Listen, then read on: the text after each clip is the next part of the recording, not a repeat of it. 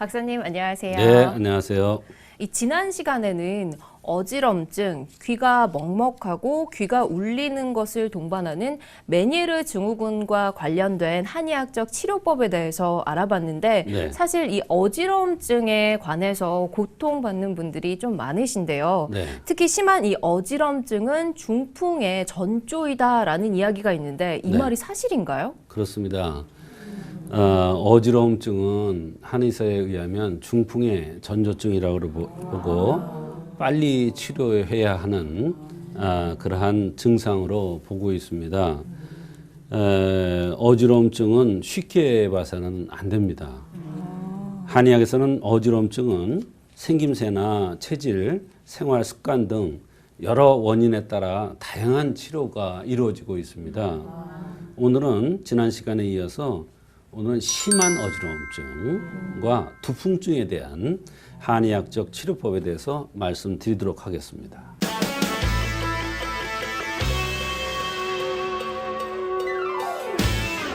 네, 체질에 따라 이 어지러움증의 원인과 치료법이 다르다고 말씀해 주셨는데요. 네. 우선 간단하게 소개 부탁드립니다. 네, 체질을 보면은 하얗고 통통한 사람이 있고 검고 마른 사람이 있습니다. 이 희고 통통한 체질을 기허습담형이라고 합니다. 이런 사람들이 만약에 어지럽다고 그러면 기를 보강해주고 습담을 제거해주기 위해서 사군자탕을 씁니다. 그리고 검고 마른 사람을 혈어유화형이라고 합니다. 혈이 부족되기 때문에 어지러움증이 나타나는 것이죠. 그래서 보혈을 시키기 위해서 사물탕을 가감해서 씁니다.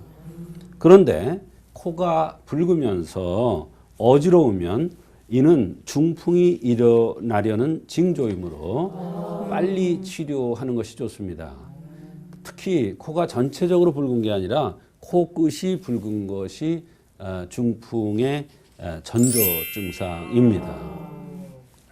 이 생긴 모습에 따른 체질이 진맥과 처방의 중요한 근거가 되는 거군요. 네, 그렇습니다. 절대적입니다.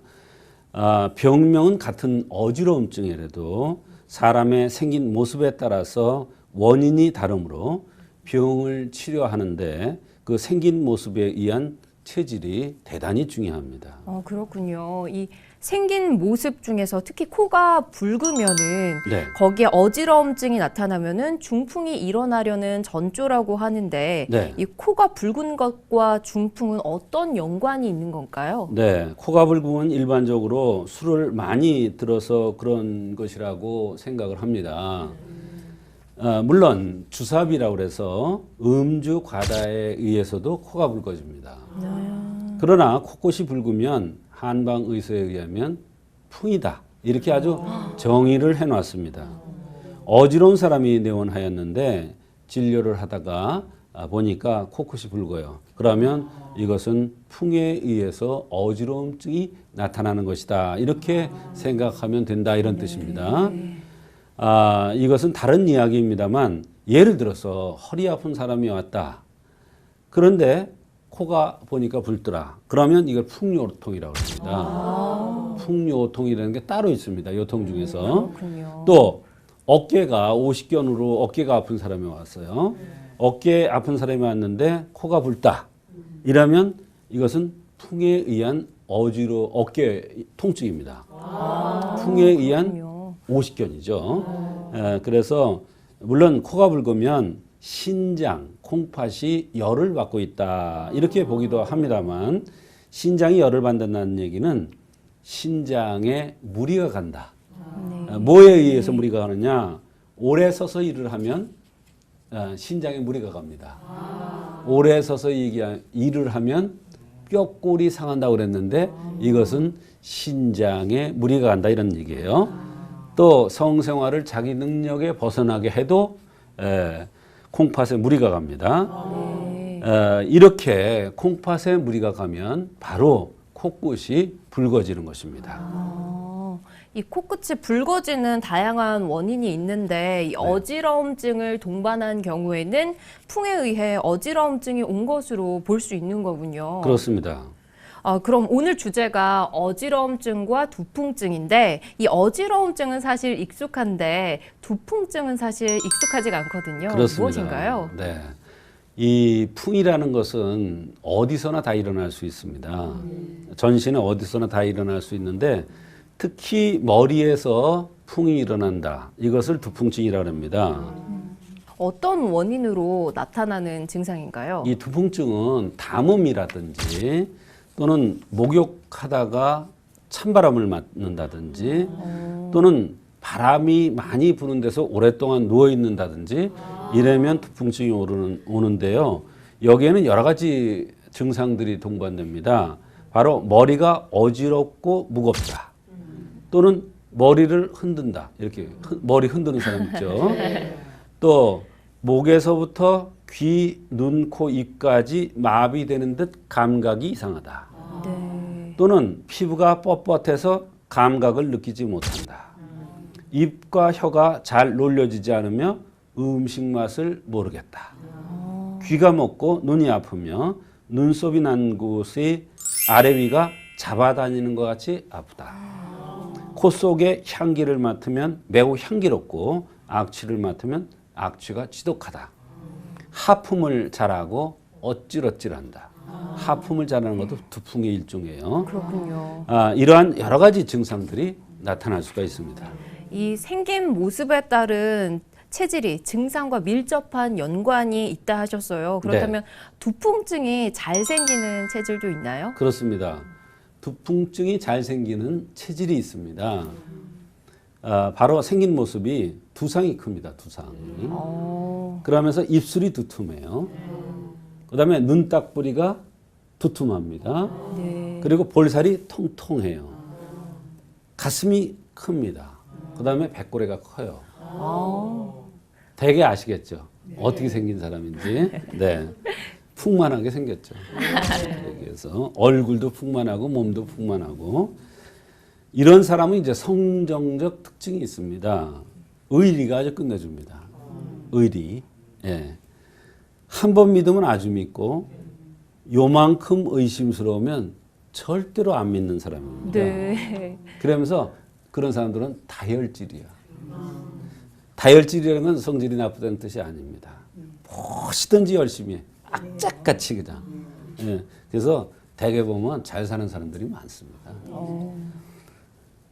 무슨 일이든지 열심히 하는데 또 영감, 예감, 직감력이 뛰어납니다. 욕심이 많아서 항상 마음이 편치가 않아요. 뭐 편치 않을 게 있어 편치 않은 게 아니라 욕심대로 안 되니까 편치 않다 이런 얘기예요.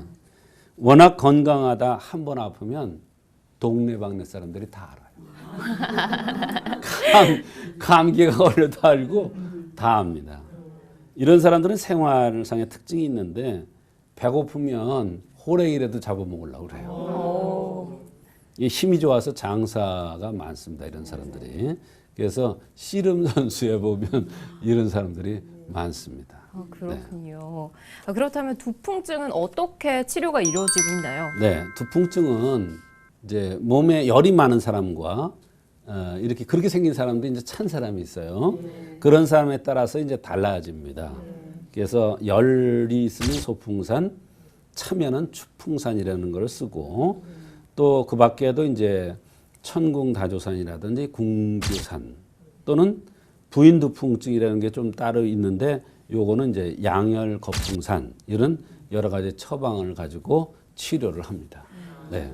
그렇다면 부인 두풍증은 일반적인 두풍증하고는 다른 건가요? 그렇습니다. 부인 두풍증을 따로 해놓은 이유가 따로 구별해서 해놓은 이유가 있는 겁니다. 다르다는 얘기죠. 그래서 이것은 중년 여성들, 기운이 떨어진 중년 여성들한테 많이 나타나며 치료법 또한 다릅니다. 이 부인 두풍증에 관련한 치료 사례가 있을 것 같은데요. 그렇습니다. 40대 후반의 여성입니다. 양명형으로 아까 같이 이렇게 생긴 얼굴도 둥실둥실하고 눈딱불이 입술이 두툼하고 이렇게 생긴 사람인데 특징적으로 얼굴에 점이 많아요. 얼굴에 점이 많아요. 그래서 뺨이라든지 이마에 기미도 많이 꼈어요. 증상은 머리가 시리고 멍한 증상이 오래되었다. 7년 전에 남편이 사업을 실패하는 바람에 엄청 힘든 시기를 지내게 되어서 그 뒤에 이 병이 시작된 듯하다고 했습니다. 아이고.